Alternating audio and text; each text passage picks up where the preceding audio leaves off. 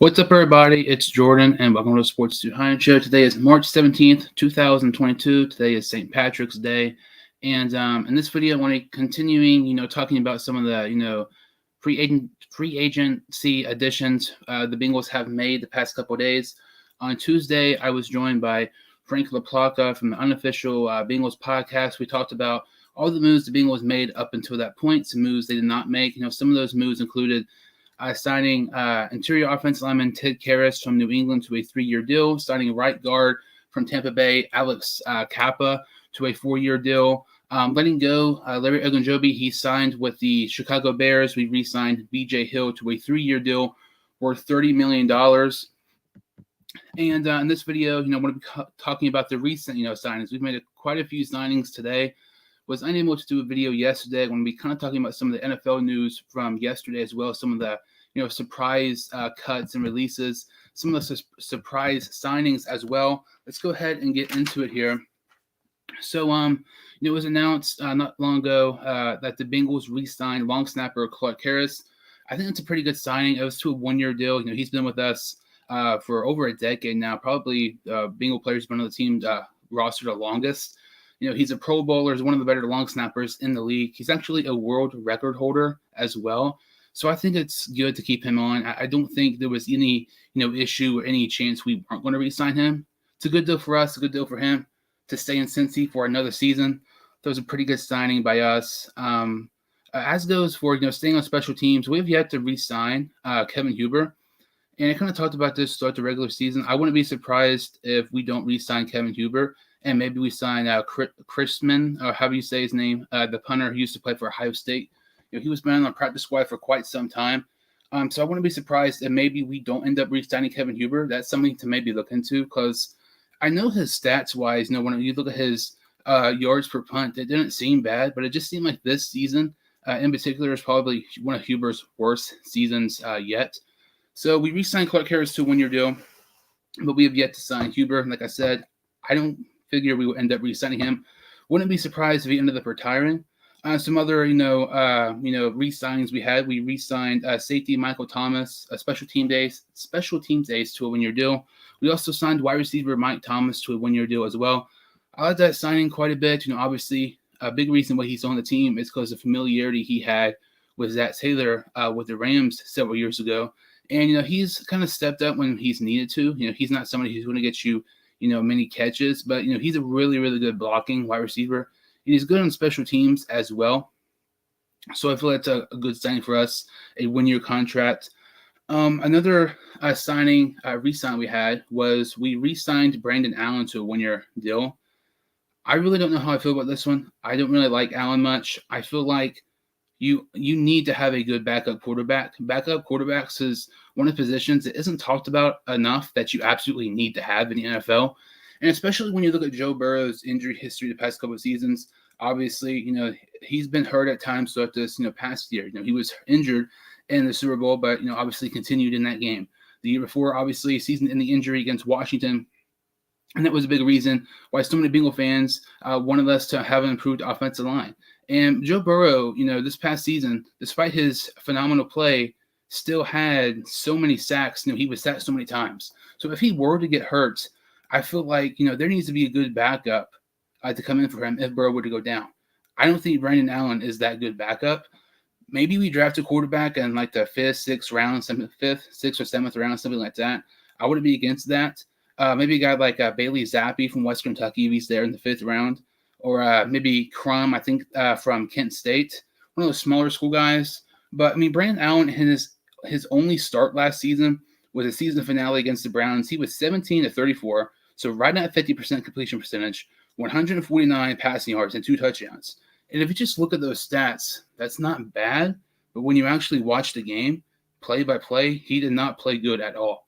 And it's evident and it's clear the Bengals are, they're definitely capable of getting a better backup quarterback. And I would really like to see the Bengals maybe get a quarterback, like I said, in the later rounds to maybe develop him and possibly, depending who it is, maybe develop them into Burrow's future backup. One other re-sign here was Josh Tupoe. We signed him to a 2-year deal. Josh Tupoe He played obviously this past season, but the year prior he set out due to the coronavirus. But his last 2 years he's played, he's had 16 starts for us, and he's somebody who isn't going to wow you with his play, but when you need to rely on him, he's definitely capable of stepping up when he has to and make a big play here and every now and then. When you start looking at Tupoe, he's been on this roster for quite some time. I believe he's been with us ever since the 2017 season.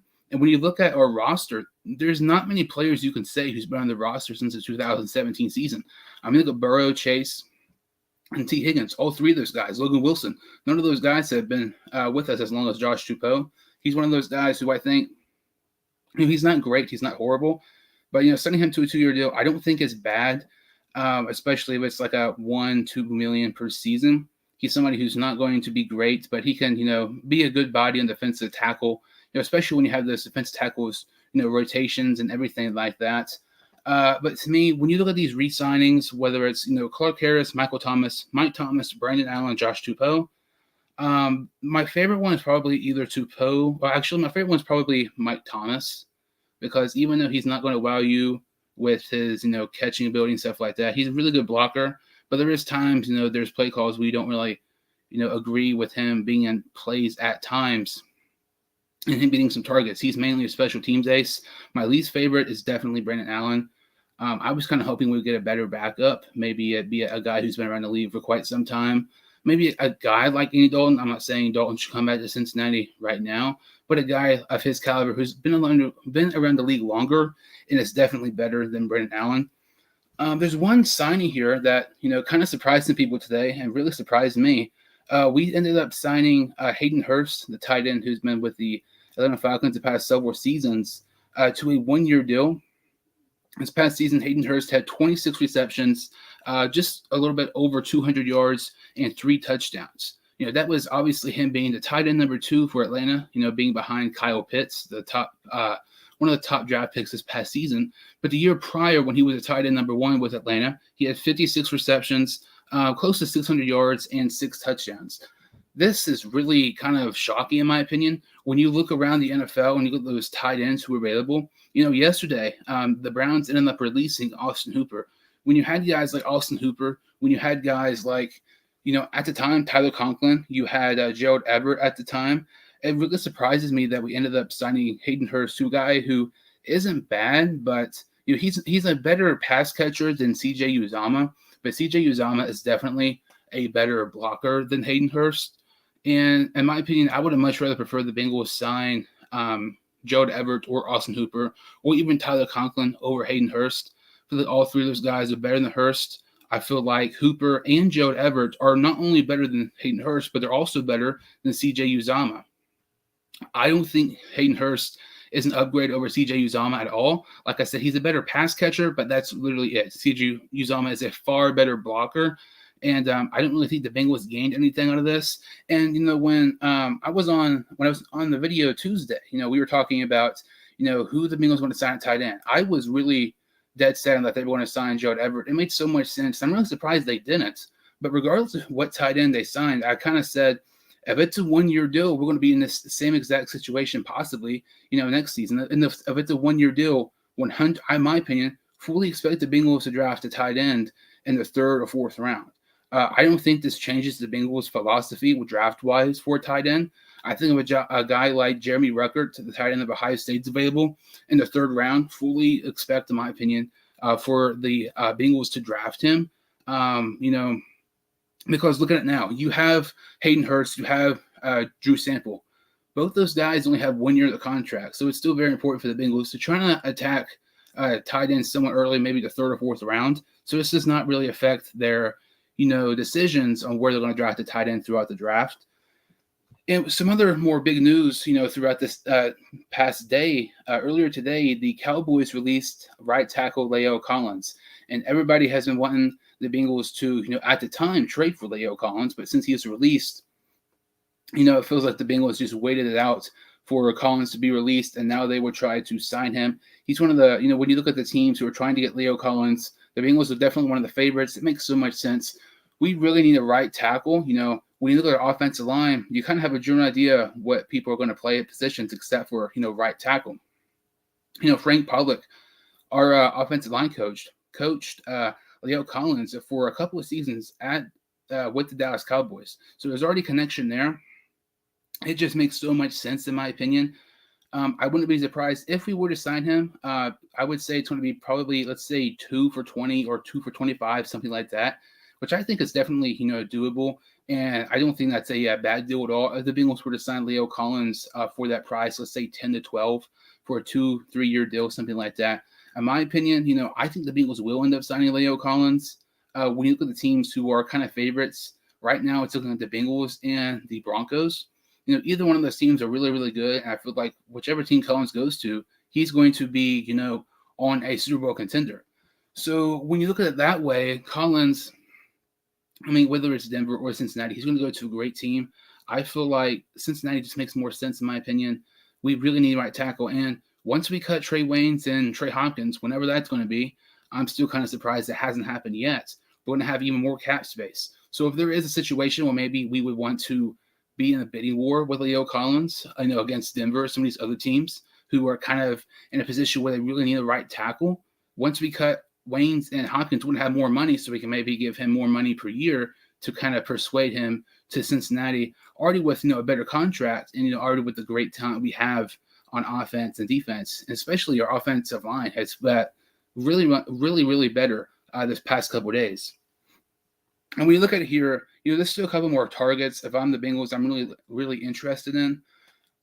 Obviously, Leo Collins, probably, I would say, in my opinion, I think is number 2. I know it might sound kind of crazy. I want him to come to Cincinnati really, really bad. But in my opinion, when you look at the free agent who I want to see the Bengals get the most, that's center who did play for the Cleveland Browns, J.C. Treader. Because, he's been one of the best centers in the NFL for the past 4 or 5 seasons. And if you have Jonah Williams at left tackle, Ted Karras, the guy we signed from New England, he can play at left guard, center, or right guard. And he played most of last season at left guard. So, he's used to playing left guard. So if you have Jonah Williams at left tackle, Ted Karras at left guard, J.C. Treader at center, and at right guard you have Alex Kappa.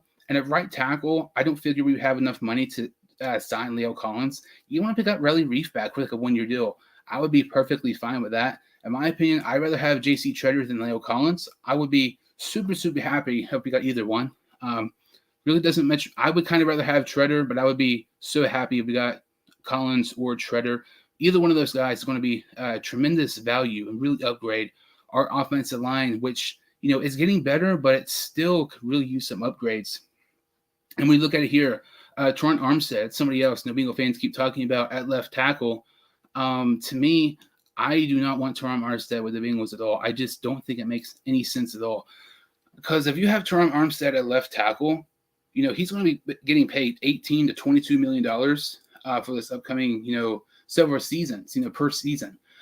This is a guy who's never played a full 16 games in his career. And it also means Jonah Williams is going to be playing right tackle, which in my opinion, that is something we do not want to see at all. Because Jonah Williams, you look at it, he has potential, but we just haven't seen it yet. This past season, he gave up 10 sacks. The year prior, he only played 10 games. The year before, he didn't play a single snap.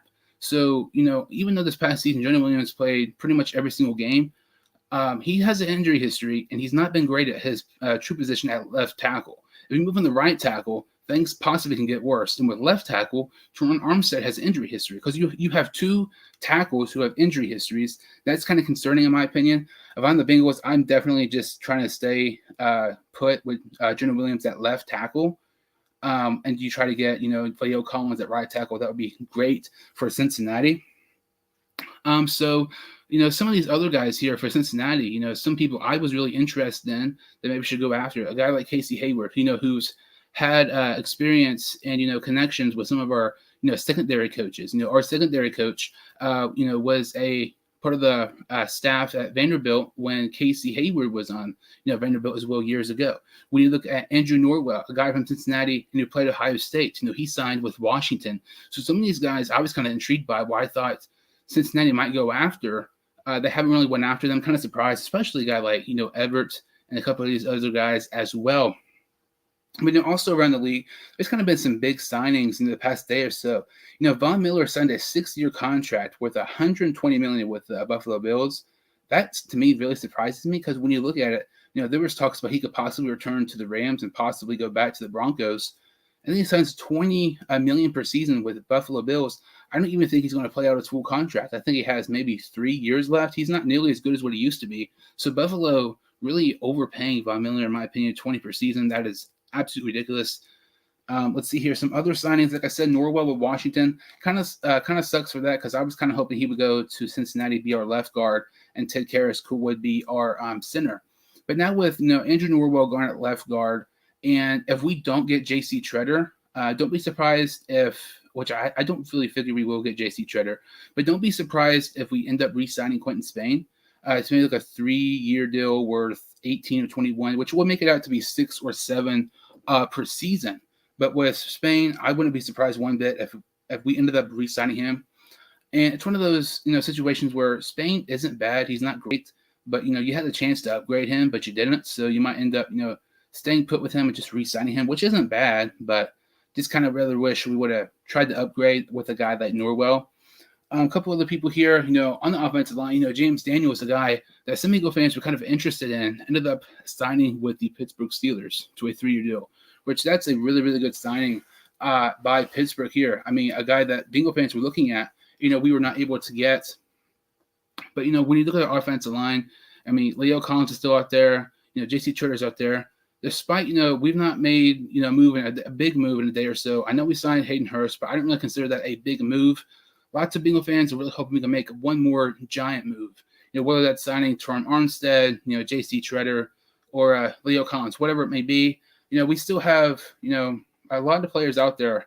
And when you start looking at some of these signings, in the NFL, there's been some signings that just kind of were really, really shocking, and some signings that were really, really good. Earlier today, just an hour or so ago, Allen Robinson ended up signing with the LA Rams. The LA Rams now have Cooper Kupp, Robert Woods, Allen Robinson. I mean, that's a phenomenal wide receiver trio. And there was also reports, some other rumors going on, like Deshaun Watson, where he's going to end up. With all these signings and, trades, whatever, the different moves there have been, there's been one signing, in my opinion, that's really stood out to me. And that's, Raheem Mostert, signing with the Miami Dolphins. And, when you look at Mostert, he has been with the San Francisco 49ers past several seasons. And the Miami Dolphins' new head coach, Mike McDaniel, he was the 49ers offense coordinator this past season. He was also the run game coordinator from 2017 to 2020. So he already has familiarity with Raheem Mostert. Miami's been looking to get their running back number 1 for several years now. And it looks like they finally got it in Mostert. And something else, signing with Miami, he's actually from Florida. He's from New Smyrna, which is only about 3.5 hours away from Miami. So he's not too far away from where he grew up. It makes a ton of sense for Miami to sign Mostert. That is a very, very, very underrated signing. One of the best signings, in my opinion, all of free agency. Phenomenal signing there for Miami. There's been a couple other nice signings as well. I really like Cedric Wilson Jr. signing with the Miami Dolphins as well to a 3-year contract. So there's been some great signings by some teams, and some other signings not so much, like Christian Kirk signing $18 million per season with the Jaguars. That is absolutely ridiculous. But looking at it here, there's still, like I said, there's still multiple people the Bengals go after. This, let's see here, Stephon Gilmore and Collins sounds like what we need. I wouldn't be upset with Stephon Gilmore. I think, he's not what he used to be, but if we signed him for like a 1-year contract or 7 or 8, something like that, I'd be, happy about that. But I would kind of prioritize getting J.C. Tretter or Collins first before we try to get Stephon Gilmore. And it was also even some rumors that, the Bengals were interested in Patrick Peterson. I don't know how much truth there is to that, but that should be interesting as well. But, there's, like I said, there's lots of people left the Bengals go after, whether it's Terron Armstead, J.C. Tretter, Leo Collins. Maybe we, attack corner. Hopefully we will release Trey Waynes and Trey Hopkins to create some more cap space, so we can upgrade our offensive line, try to get some, more upgrades at different positions as well. But then, that really about does it for this video. Thank you all so much for watching. If you're new to the channel or have seen my videos before, make sure to like this video and subscribe to my channel. I would really, really appreciate it. And I will see you all next time on the Sports Student Hines Show.